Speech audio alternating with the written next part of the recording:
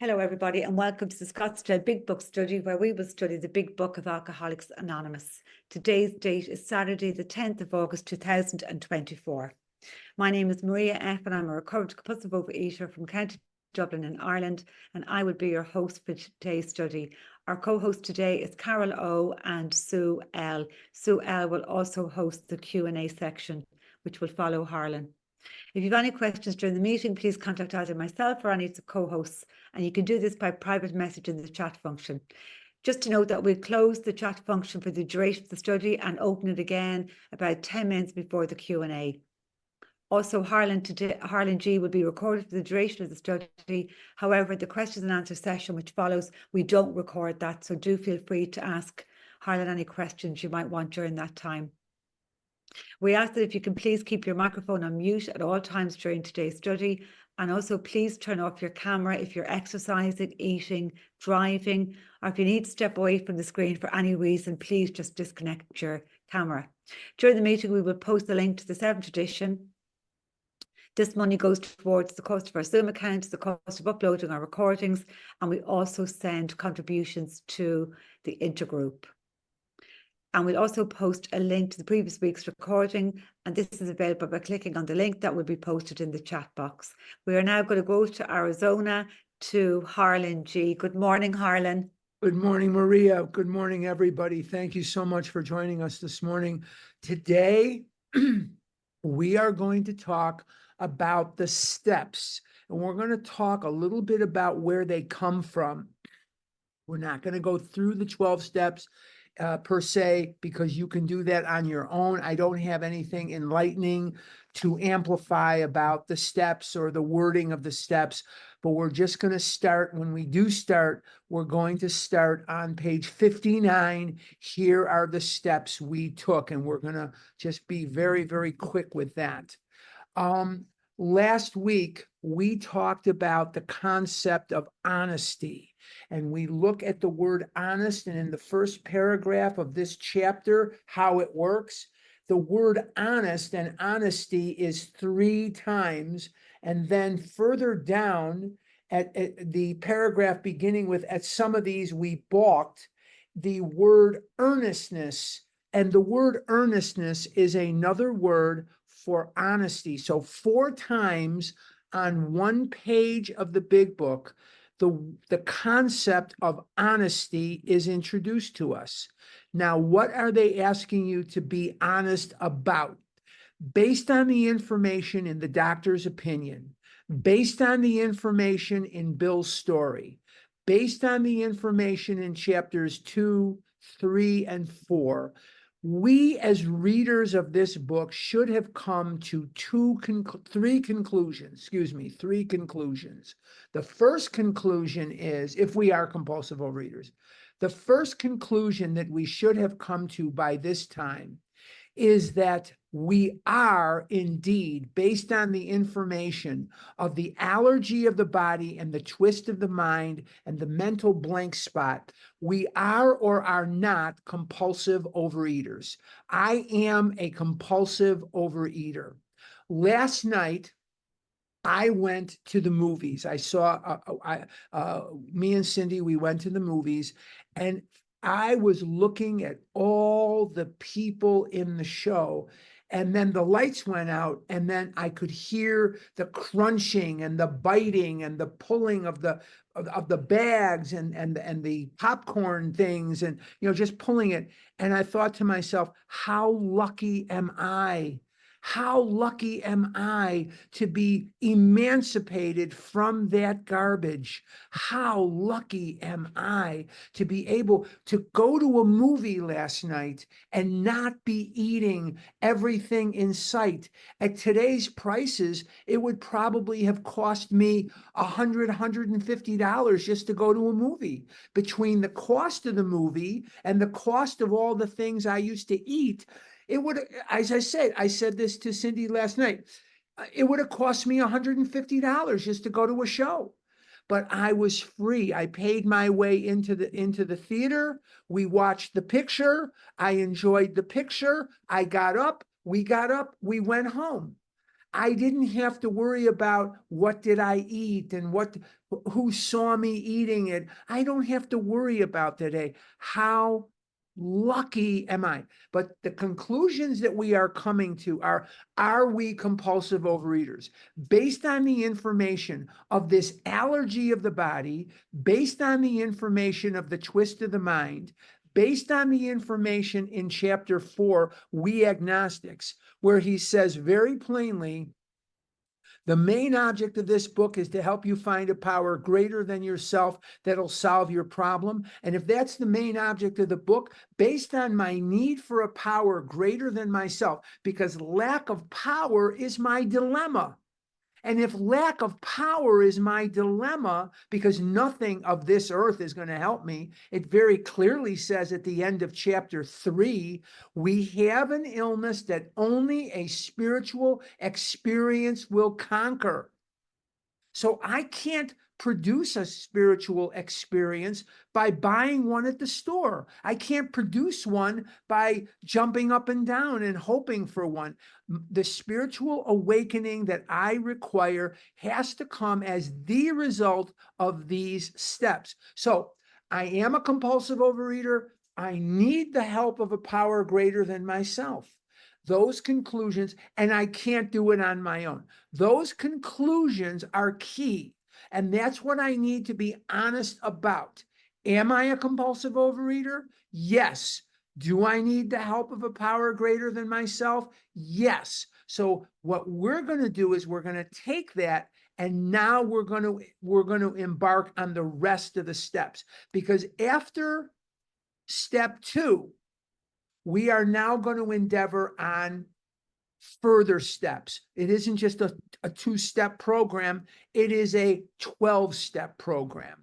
And in the working of these steps, what we're going to see in our lives as a deepening relationship with myself, with others, with God, we are going to get right with ourselves.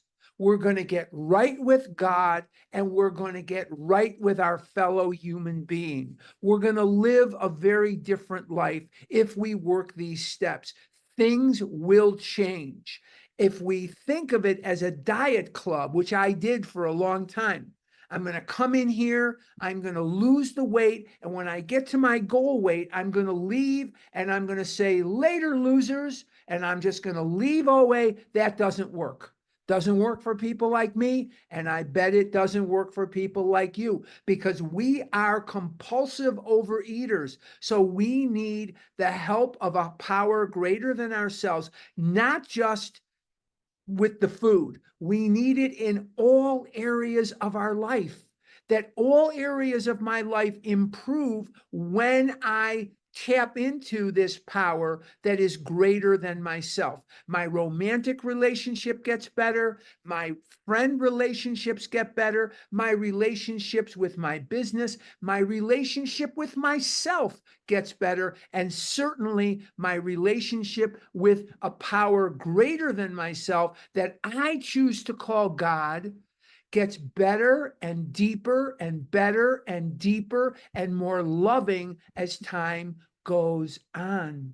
I have a beautiful relationship with God today when I am open to the fact that He knows better than I do and that He is more powerful than I. And there are times when I look at that title of chapter 4, We Agnostics, and I think to myself, why didn't he put it as those agnostics? Why didn't he say to the agnostic? Why didn't he say for the agnostic? He said we agnostics, because no matter how strong my conscious belief in a higher power is, there are still going to be pockets of agnosticism in my life. And the pockets of agnosticism may say, well, I'm going to be right in this argument. I'm going to get my way from this person. I'm going to manipulate this person into giving me what I want, when I want it, and how I want it. And those are dangerous trap doors for me to fall into the hell of this disease. So getting back to this, I need these steps And you've heard me reference this before. There's a song from the 60s when I was a kid, and it was by Spiral Staircase. One time, one of the members of this rock group called me at my house, called me on the phone, and he thanked me for the wonderful publicity I give their song.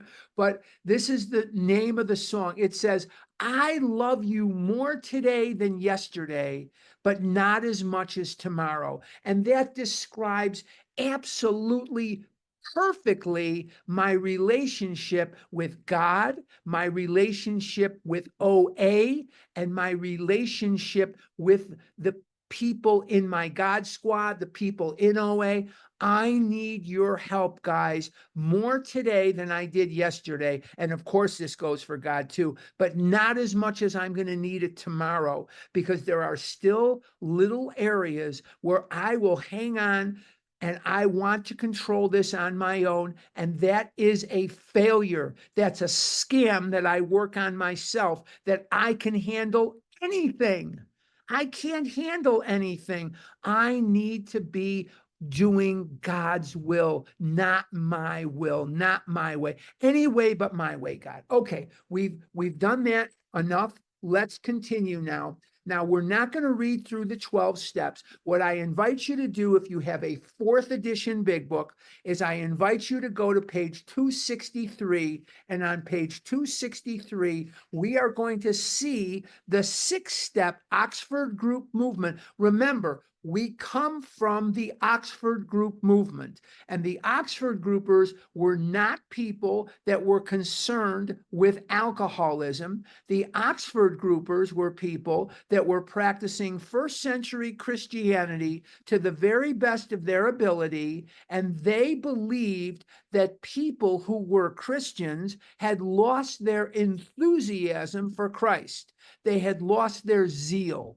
Now, there's a fun word, enthusiasm. It comes from the Greek word entheos, from God. So enthusiasm comes from God, entheos, from God. Okay, so they were practicing their thing, and they had no idea about, they were not there to save drunks or anything like that. As a matter of fact, they were not really that excited about having alcoholics in their meetings. And they were very upset with Bill Wilson, because in New York, the Oxford Groupers wanted Bill to go recruit people from Wall Street. And my purpose here isn't to criticize the Oxford Group, because everybody lives in the time they're born. These guys, they didn't see what they had. They wanted Bill Wilson to go get guys from Wall Street, not bring in the drunks. And the guys from the Oxford Group would say, "I'm sure glad your friend here is getting sober, but he just puked on my shoe. So if you could not, bring them back, we would certainly appreciate it." And they smell terrible. But what did the guys from Wall Street have, even though it was the Depression? What did the guys from Wall Street have that the drunks certainly did not have? And that was money. Money. The guys from Wall Street had money. And that's what the Oxford Groupers wanted. They wanted guys in there that could help them, grow. All right, let's take a look on page 263 in the story, "He Sold Himself Short," which is the story of Earl Treat. And that's how AA came to Chicago, which is pretty important for me since I come from Chicago too. Okay. Number 1, complete deflation. Number 2, dependence and guidance from a higher power. Number 3, moral inventory. Number 4, confession. Number 5, restitution. And number 6, continued work with other alcoholics. Now, the continued work with other alcoholics comes from their concept of giving testimony. If you remember back when we talked about Ebby Thatcher going to call on Bill Wilson that very, very special November night in 1934, they didn't tell Ebby to go work with another alcoholic, did they? No, they didn't. They said, "Ebby, you need to go give testimony." And in giving testimony, what you were supposed to do is go tell someone else what Christ did for you. And if you tell people what Christ did for you, maybe those people or that person would come into the Oxford group, and that's how they would grow. So the alcoholics changed it to, in their little groups, drunk squad of the Oxford group, continued work with other alcoholics, which of course is our step 12 today. Now, before we leave the Oxford group and before we leave the history of our steps, and I have a little other component that I want to give you as a history of our steps, but there were 4 absolutes of the Oxford group, and they wanted you to be absolutely honest. There's that concept again, absolute honesty, absolute purity, purity of spirit, absolute unselfishness, and absolute love. And the drunks in the Oxford group were having difficulty doing anything but being absolutely drunk. So these concept of perfect or not perfect, but absolute honesty, absolute purity, absolute unselfishness, and absolute love seemed very lofty to them at the time. And they were balking at these things. Now, Bill Wilson never set out in the autumn of 1938. He never set out to write 12 steps. What he set out to do by writing 12 steps, and he didn't even know he was going to write 12 until he was done, he wanted to close some of the loopholes that the alcoholics were jumping through in what was then the 6-step program. But understand that there were lots of people in AA, both in Akron and in New York, that were very resistant to 12 steps, almost as if, could you just imagine that we're here today, there's about 100 of us right now, and we're here today, and we're on our Zoom meeting for the Saturday morning Big Book, and I'm so glad you're here. But we decide that from now on, it's not going to be a 12-step program.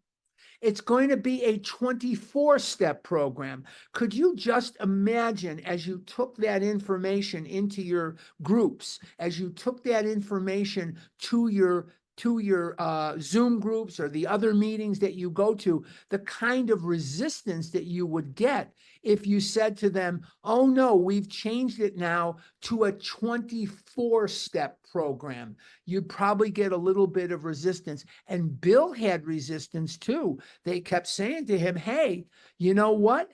6 steps has been working for us so far.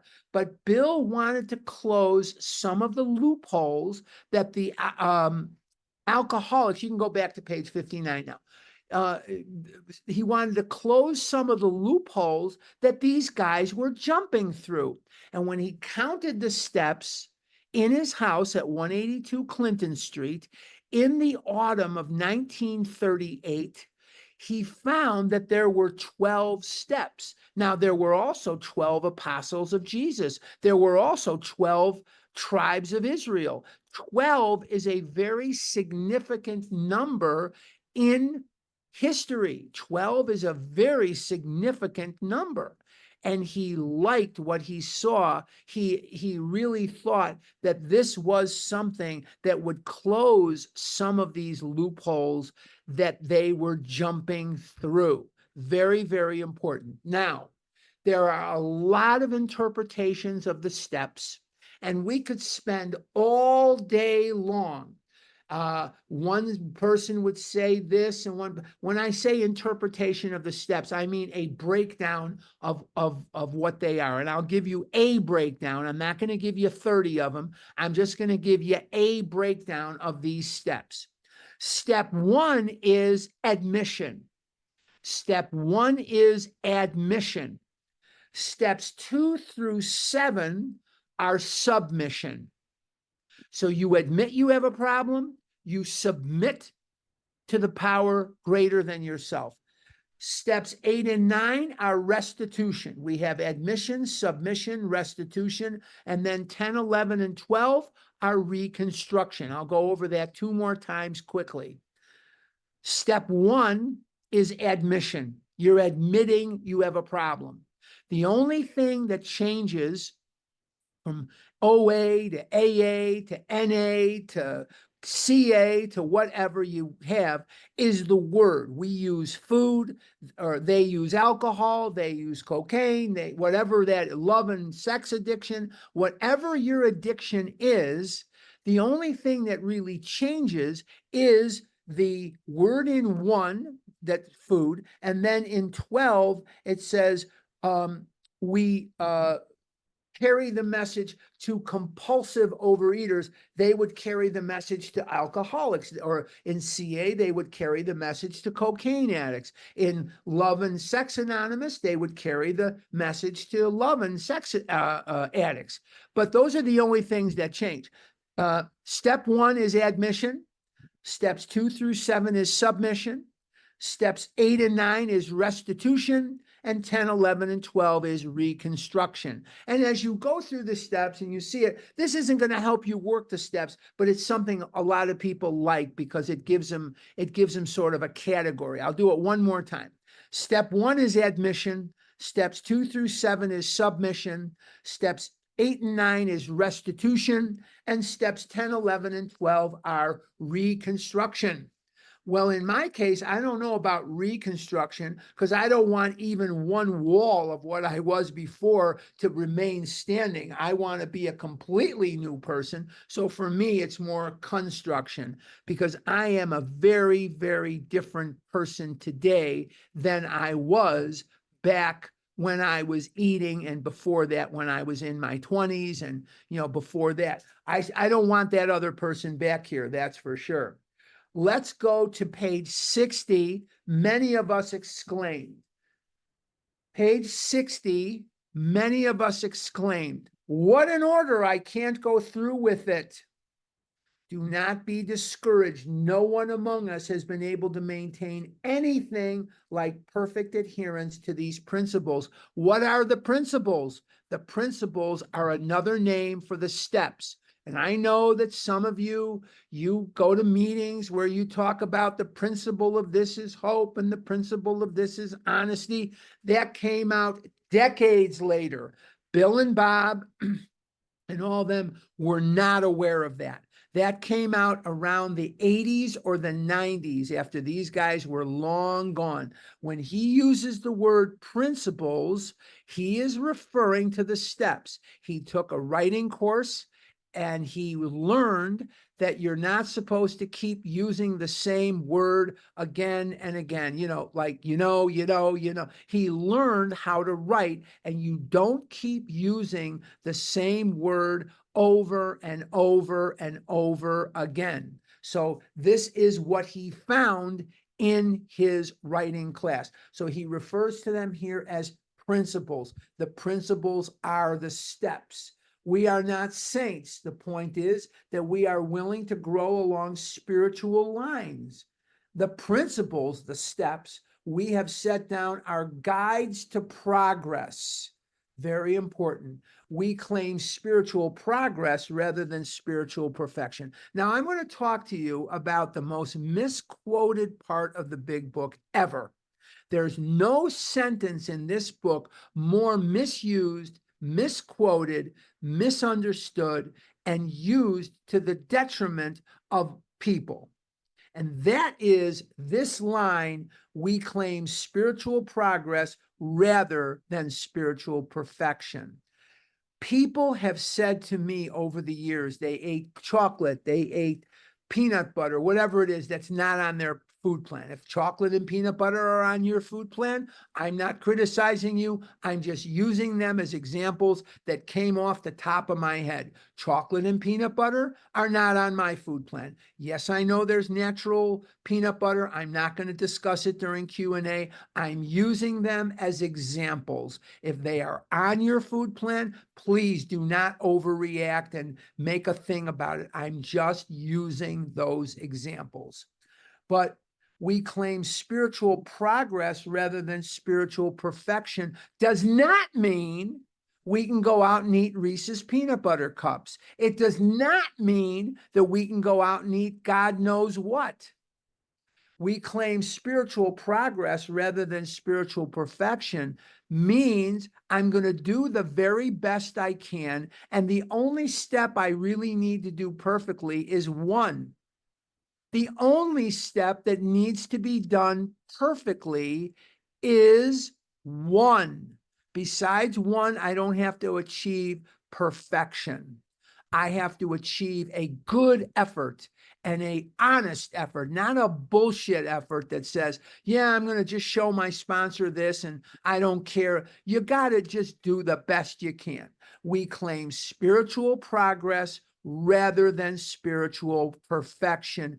Does not mean it's okay for me to eat pizza and caramel corn and all this other stuff that's way outside my food plan. Nowhere near my food plan are these foods. So I want to clear that up because I hope that you who come to my big book study here, our big book study, do not misuse that line into thinking that it's a hall pass to go and eat things that are not on your food plan or lie or cheat or steal or God knows what, or God knows what. Okay.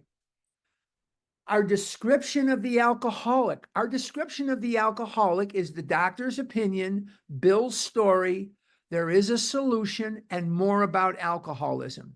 Those 4 chapters are the description of the alcoholic. And what are we talking about very specifically in this description? First of all, the allergy of the body.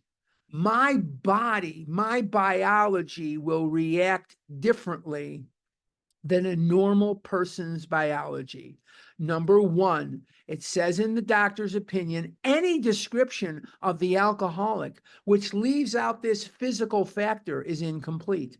So every single time, not most of the time, not some of the time, not a majority of the time, every single time I eat chocolate, every single time I eat fried foods. You could French fry an iPhone, and if you French fry it just right, I will not only eat it, I will love it, and I will be asking you for another French fried iPhone or another French fried tire or another French fried beach ball, because when you fry something in breading, you have got my juices flowing.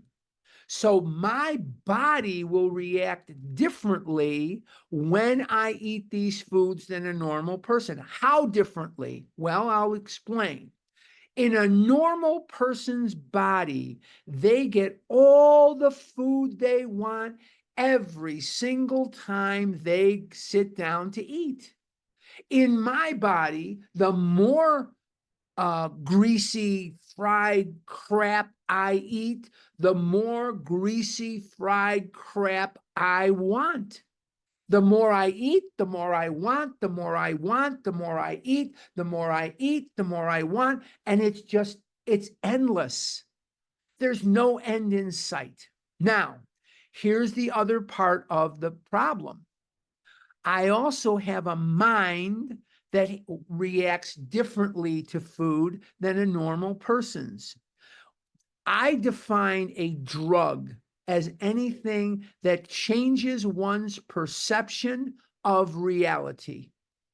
Cocaine, heroin, liquor, French fries, they are all equal in my eyes because they will change my perception of reality. And my brain learned when I was a very little boy, my brain learned that when I eat chocolate, I'll just keep leaning on that. Chocolate. When I eat chocolate, something happens in my mind that is very, very impactful to me. I get what Dr. Silkworth calls the effect. What is the effect? The effect is a sense of ease and comfort that comes instantly by eating certain foods. Okay. With that in mind, my mind is looking to change the way I am seeing reality.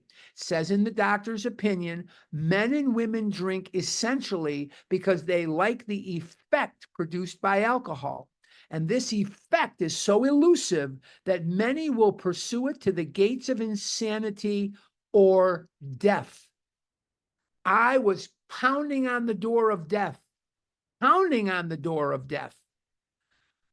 This effect, I did not know this until I was in my 30s, I think, 20s, 30s, 20s maybe, that not everybody gets it. I assumed something because that's how it was for me.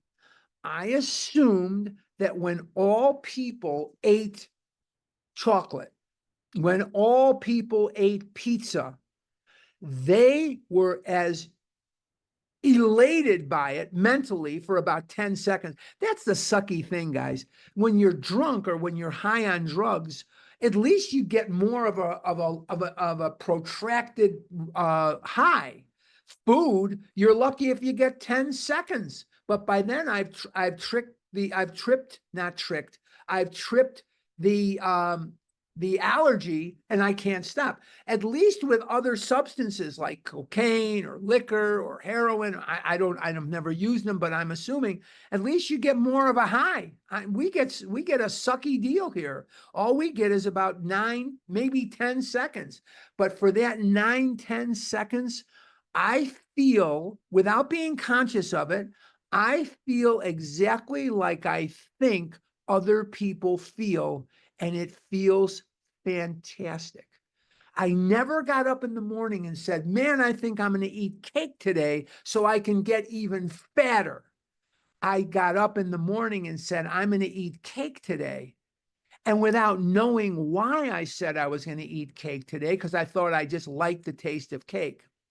What I didn't know was it was my brain screaming out that the fear, the anger, the happiness, the boredom, the ennui of life was too much for me to bear.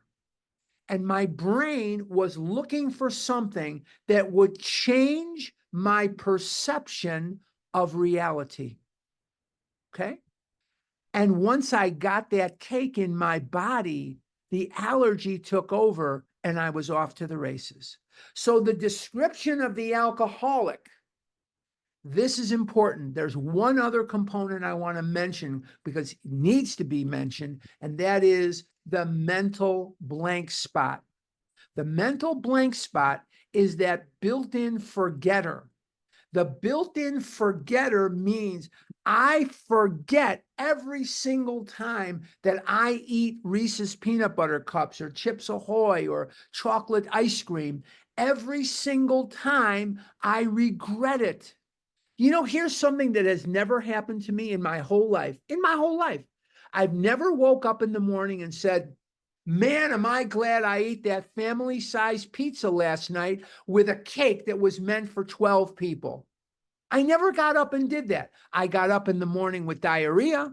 I got up in the morning, and I'm not bulimic, but from the time I was a kid, when I eat that much food, I'm going to vomit. I'm going to vomit either in the moment or I'm going to vomit in the morning, but it's going to come back up on me. Not every time, but a lot of the times it did. Or I'm going to crap in my pants, or I'm going to pee in my pants. I'm going to look worse to girls because I'm going to get fatter and fatter and fatter and fatter. It's almost as insane, not almost, it is as insane as the jaywalker, and it is as insane as this.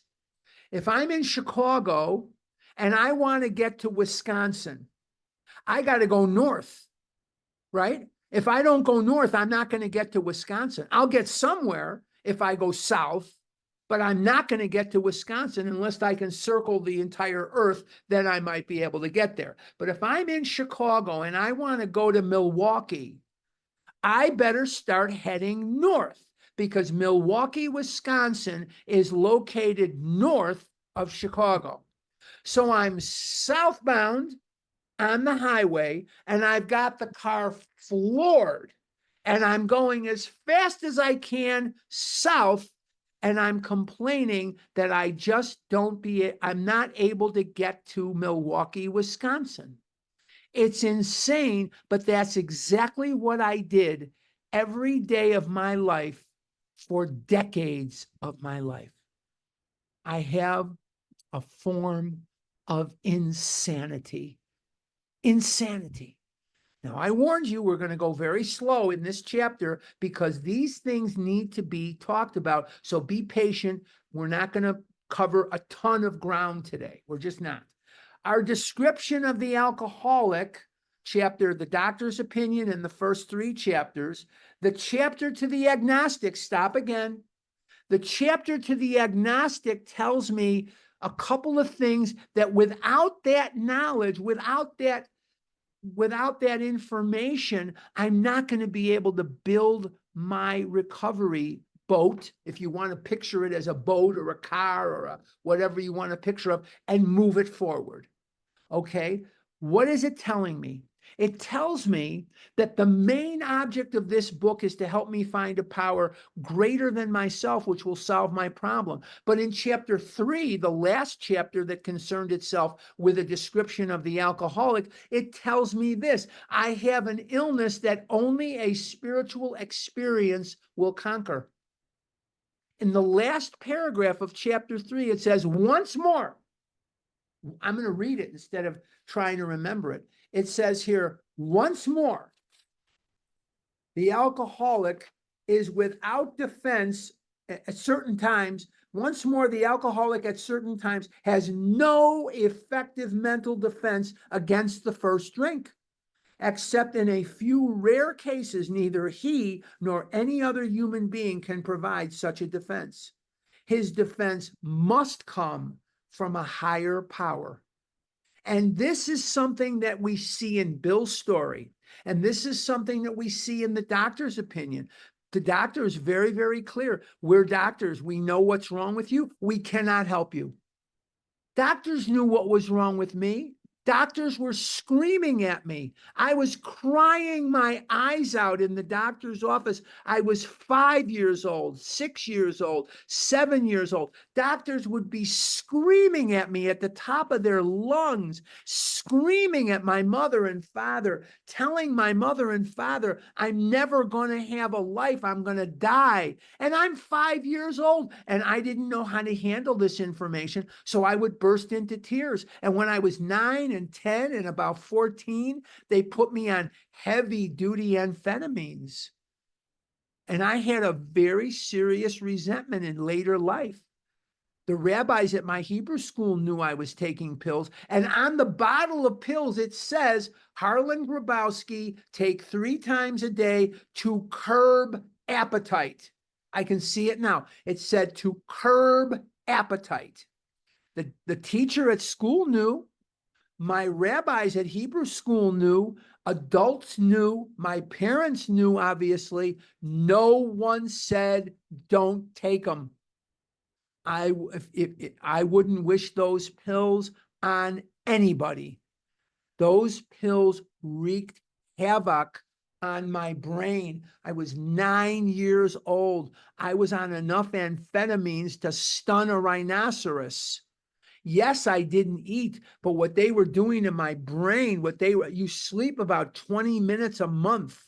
So you're subject to every cold, every flu, every strep, every God knows what that's out there, because your body doesn't replenish through sleep. And it's horrible. But I did lose weight. So that encouraged the doctor, that encouraged my parents. It encouraged everybody to say, yes, let's keep him on this medication. I was 9 and 10 and 14 years old. Come on, guys, don't do that. Don't let anybody do that. If you have children or you have grandchildren, don't let them do that. If amphetamines are prescribed as an appetite thing, don't let them do it. But anyway, so now chapter 4, the main object of this book is to help you find a power greater than yourself, which will solve your problem. It doesn't say the main object of this book is so you'll have a food plan. Now, a food plan is vital. I have a food plan. Hopefully you have a food plan. But is abstinence the most important thing in my life without exception? No.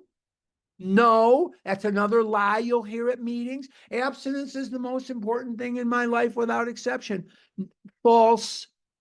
Not if you're reading the book.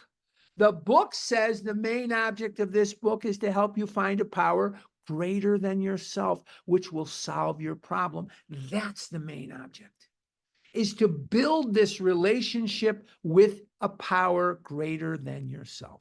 Abstinence is important. Now, don't come away from this meeting and say, Harlan says we don't have to be abstinent. I never said that. Abstinence is only the entrance ramp to the highway. Once you're on the highway, you are now working on the relationship between you and God. And oftentimes, you are going to have to repair the relationship between you and one of God's children. If you stole from that person, pay them back. If you harm that person, you're going to restitute them to the best of your ability. So sometimes if you're a parent and somebody wants to have a good relationship with you, they have to mend fences with one of your children. And this is what we're going to endeavor to do as we embark upon the steps. Very, very important. Now, what else does it say in chapter 4? And then we'll leave chapter 4 alone. It says, do I believe, or am I even willing to, or am I willing to believe that there is a power greater than myself? And I hear people, and so do you, I hear people, maybe you're one of them, they struggle with this idea of God. I think God is mean, and I don't trust God. God sucks, and he did this, and there's a Holocaust, and there's chattel slavery in this country for hundreds of years, and there's the Trail of Tears, and there's war and pestilence. And, all those things were done by people.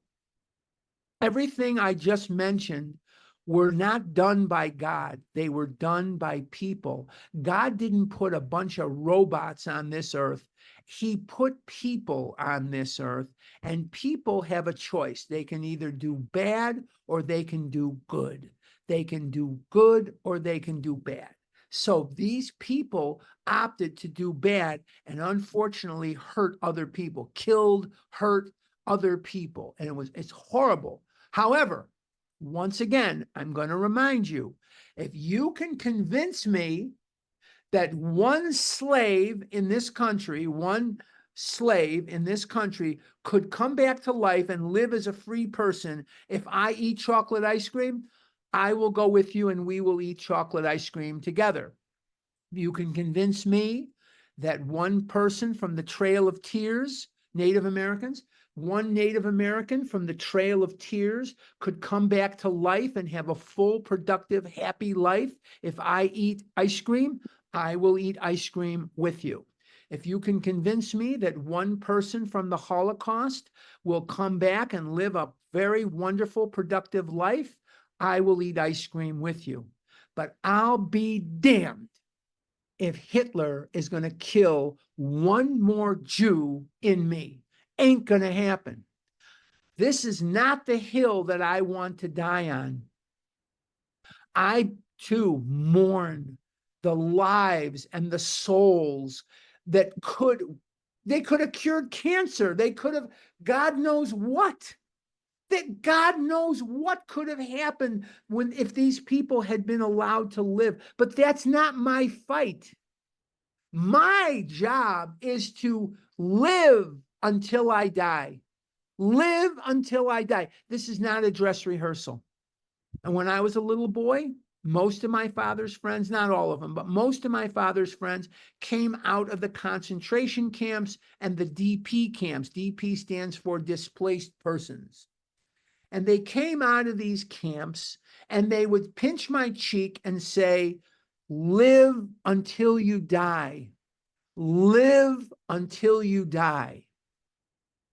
I'm going to live until I die. I want to live. I pissed away decades of my life in this disease. Decades of my life were wasted in the food. I am not going to give this damn disease one more second of my life. And I hope you don't either. Do you believe, or are you willing to believe, that there is a power greater than yourself? All that is required is a willingness to believe.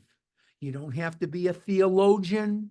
You don't have to understand God. You don't have to be a historian. You don't have to be a clergyman. You don't have to have a intense, intimate understanding of the New Testament, the Quran, the Old Testament, or any the book of Mormon. You don't need to have an intimate expert knowledge on any of this.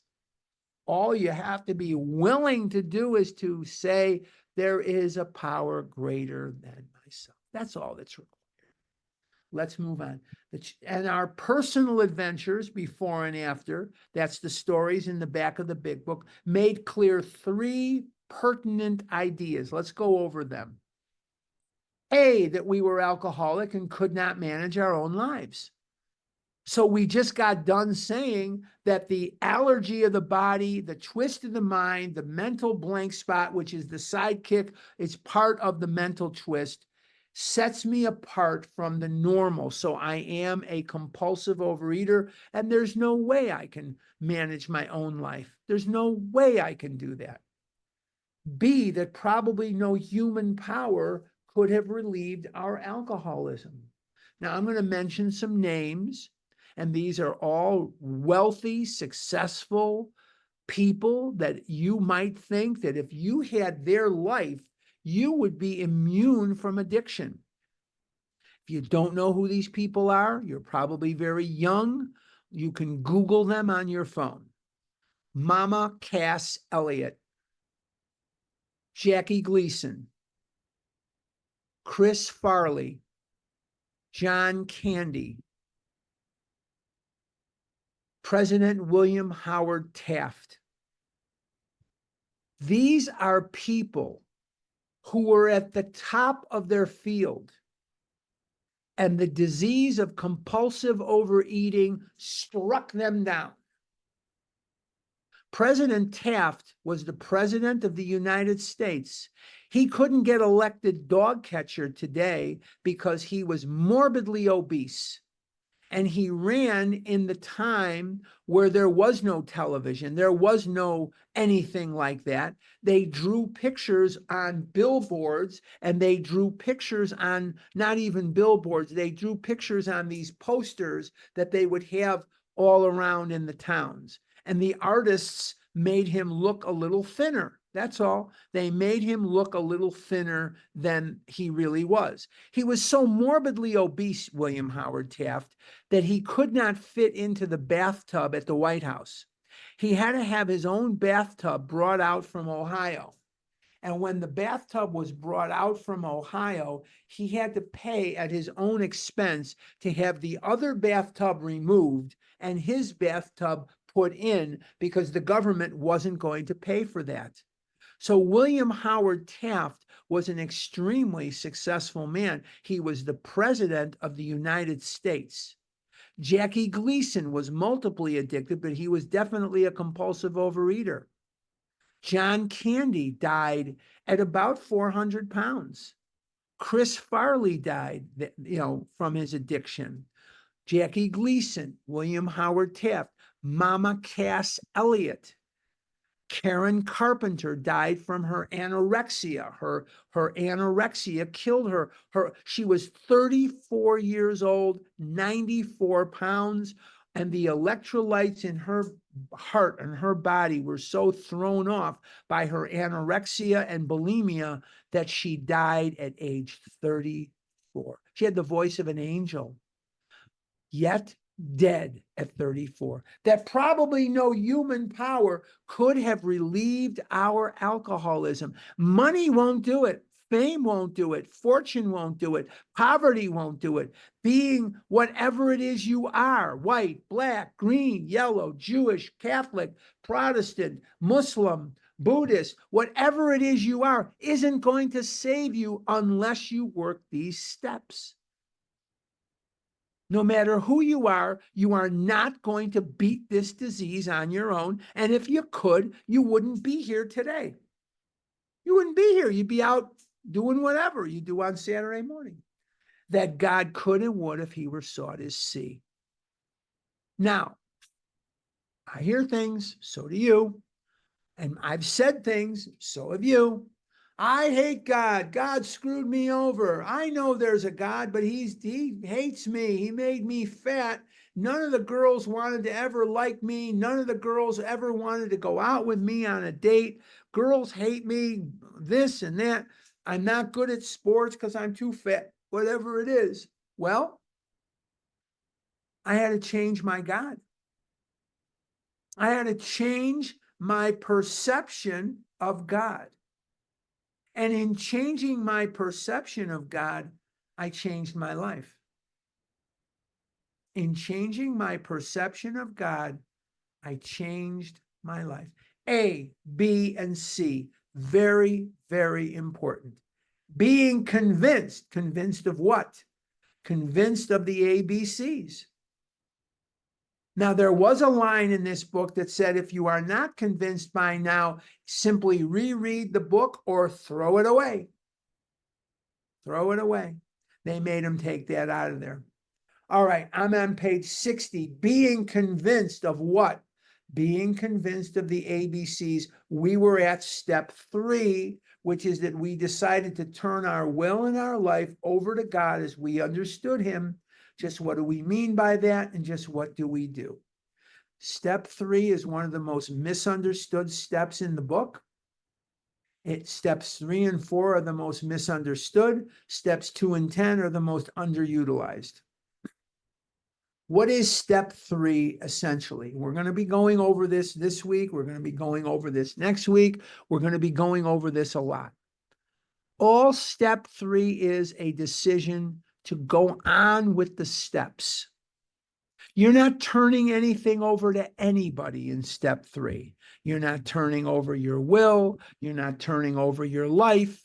You're not turning over your library card. You're not turning over your whatever it is, your membership to Costco. You're not turning anything over to anybody in step 3.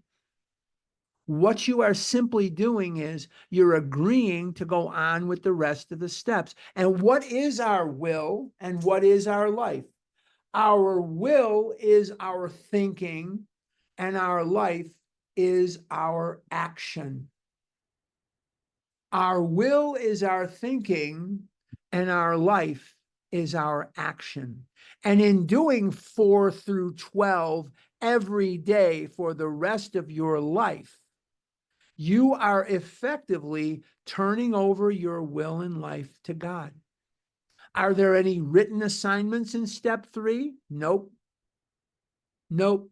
No, there's not. Nope. Nope. Are there any essays that you have to do for step 3? No. No, there's not. Nope. The only thing you need to agree to do is go on with the steps. How do I know you've worked step 3? When you're walking around with a clipboard in your hand, when you're walking around with a pencil and a paper in your hand doing step 4, I know you've taken step 3. It's that simple. It's that simple. But we want, in our zeal to make things overcomplicated, over pedantic, overdone, we want to make things as uphill as we can possibly make them. All step 3 is a decision to go on with the steps. Now we're going to describe the first character defect, selfishness.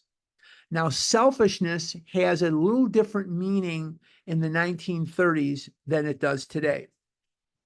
If we were stranded on a desert island and a bunch of supplies came down from a plane, and I wanted to keep all those supplies for myself, people would say, Harlan, you're being selfish. And that definition would fit then as it does now. However, when we talk about this concept of selfishness, we are talking about the script that you have in your brain for you and others and God and the world. We're equating the word selfish with the word script. Script. Okay? So we want to equate that when we talk about selfishness, we're talking about the script. Let's see how closely that tallies. And we're going to do this paragraph, and we probably won't be going into self-seeking till next week. We're at the bottom of 60, last paragraph. The first requirement is that we be convinced that any life run on self-will can hardly be a success. I have to be convinced that my way doesn't work. On that basis, we are almost always in collision with something or somebody, even though our motives are good. Does that sound like me? Yes. Does that sound like you? Probably. Most people try to live by self-propulsion. Each person is like an actor who wants to run the whole show. In other words, I want you to stick to my script. Is forever trying to arrange the lights, the ballet, the scenery, and the rest of the players in his own way. If his arrangements would only stay put, if only people would do as he wished, the show would be great. In other words, stick to my script and we'll be okay. Everybody, including himself, would be pleased. No, they wouldn't.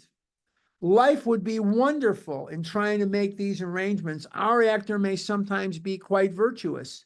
He may be kind, considerate, patient, generous, even modest and self-sacrificing. On the other hand, he may be mean, egotistical, selfish, and dishonest. But as with most humans, he's more likely to have varied traits. In other words, I may kiss your butt to get you to do my script, or kick your butt to get you to do my script. But I am trying to get you to do my script. I want you to do what I want you to do. Stick to my script, damn it. And if you've ever felt like I have as a parent, and you see your child, and their ideas are different than yours, their aspirations are different than yours, their goals are different than yours, their life is different than yours, you get that feeling of powerlessness. Like, where did this come from? What the hell? I wanted you to do this, this, and this. My daughter, no. My daughter said, no, I want to do that, that, and that. And she said, I'm going to do this, and I'm going to be religious, and I'm going to live in New York, and I'm going to marry this guy, and I'm going to have 2 kids so far, and I'm going to do that. And this is her life. Well, you stand on your head. There are people in this world that are not going to do what I think they ought to do, and it's going to piss me off. And it happens every day. You can't pick up a newspaper. You can't pick up a computer and not see people not sticking to my script. That's a terrible sentence. And not see people that fail to stick to my script. So the bottom line is, I'm just writing down what we're doing for next week. Don't go anywhere. Just let me write here. All right. So what we're talking about here is the character defect of selfishness. Selfishness is that script, and we have to understand that this is what's been plaguing us our entire life, that damn it, people just don't do what we have the best of intentions, don't we? We know exactly what's best for these yokels, but they just won't frickin' listen. They won't frickin' listen. You know, my daughter is an education major. I said, are you allergic to money? You hate money? No, I'm going to be a teacher. I said, well, you're going to struggle the rest of your life. You're going to struggle the rest of your life with money. I might as well have said the rain in Spain falls mainly on the plain, because that's as far as I got. This is what she wants. She has her kids, she has her husband, she has her life, she lives in New York City and Brooklyn. She lives her life, not my life. I wanted her to be a titan of industry and support her father. I wanted her to be a business person. I thought she could make a great salesperson. I thought she could do great things in business. Nope. Nope. Not interested. To a one, she wasn't interested. And the more you pushed her, tried to push her, the more she resisted. Go figure. Go figure. Go figure. All right, let's wrap it up for today and let's go to Q&A. I noticed one thing though, I'm the host, and remember that sometimes I cut out of here before some of you do, so we may want to make someone else the host. So Carol or Sue or whomever, if we could transfer host. Harlan, Maria is back. I think you will have to transfer host because you're the only host at the moment. Yes, you're right, I do. Now, Maria is here. I don't see Maria, but let me get to the end. She is here, Harlan. Was or is? She is. She is here. I'm not seeing Maria. I'm not seeing Maria on the list of participants. So I'm going to make Sue L the host. I'm going to make Sue the host. And Sue, if you would make me a co-host back so I can put hands down at the end of the questions. But I just made Sue L the host because I don't see Maria on the thing. Okay, Can we who's stop the doing recording, please, Harlan? Thank you. Okay, okay. Who's doing the parking lot? I'll be doing the Q&A, Harlan. So Okay. that's the next 30 minutes we'll set aside for